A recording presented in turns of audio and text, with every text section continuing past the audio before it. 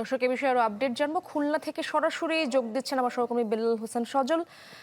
সজল, আগুন আতঙ্কে যেই রোগীর মৃত্যু হয়েছে তার স্বজনরা কি উপস্থিত আছেন কিনা, পাশাপাশি হাসপাতালের এখন পরিস্থিতি কেমন?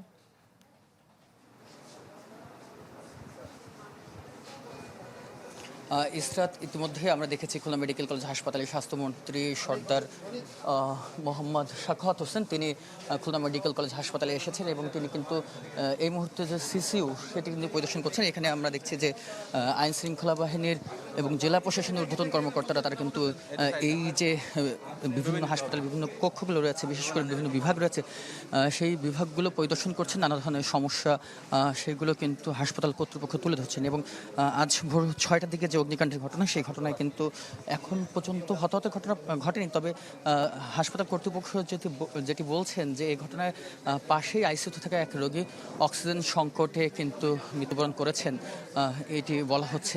এছাড়া আমরা দেখছি যে স্বাস্থ্যমন্ত্রী তিনি খুলনা মেডিকেল কলেজ হাসপাতালের বিভিন্ন যে বিভাগ রয়েছে সেগুলো পরিদর্শন করছেন, যেখানে ক্ষতিগ্রস্ত হয়েছে। বিশেষ করে হাসপাতালের তৃতীয় তলা রয়েছে, সেই তৃতীয় তলায় যে এমার্জেন্সি ওটি রয়েছে, সেই ওটি কিন্তু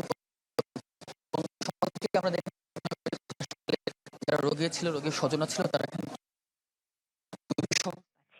সরি যে আতঙ্ক, সেই আতঙ্কর মধ্যে দিয়ে তাদের আজকের দিনটি পার করতে হয়েছেন। এবং স্বাস্থ্যমন্ত্রী তিনি সকালে খুলনা যে সদর হাসপাতাল, জেনারেল হাসপাতাল, সেটি পরিদর্শন করেছেন এবং আমরা দেখছি যে এই মুহূর্তে তিনি হৃদরোগ যে বিভাগটি রয়েছে সেই জায়গাটি পরিদর্শন করছেন এবং কী কারণে এই অগ্নিকাণ্ড সেই ঘটনা কিন্তু সুষ্ঠু তদন্তও কিন্তু তিনি নির্দেশ দিয়েছেন।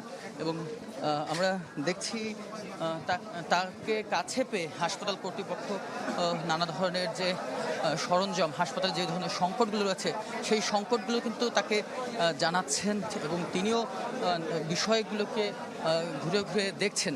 এবং খুলনা মেডিকেল কলেজ হাসপাতালে অগ্নিকাণ্ডের ঘটনা যদি বলি, সকাল 6টায় যে অগ্নিকাণ্ড ঘটনাটি ঘটেছে, সেই ঘটনায় 1 ঘন্টার চেষ্টায় ফায়ার সার্ভিসের 10টি ইউনিট সেই আগুন কিন্তু নিয়ন্ত্রণে আনতে সক্ষম। বেল্লাল, ধন্যবাদ আপনাকে। সহকর্মী বেল্লাল হোসেন সজল যুক্ত হয়েছিলেন খুলনা থেকে।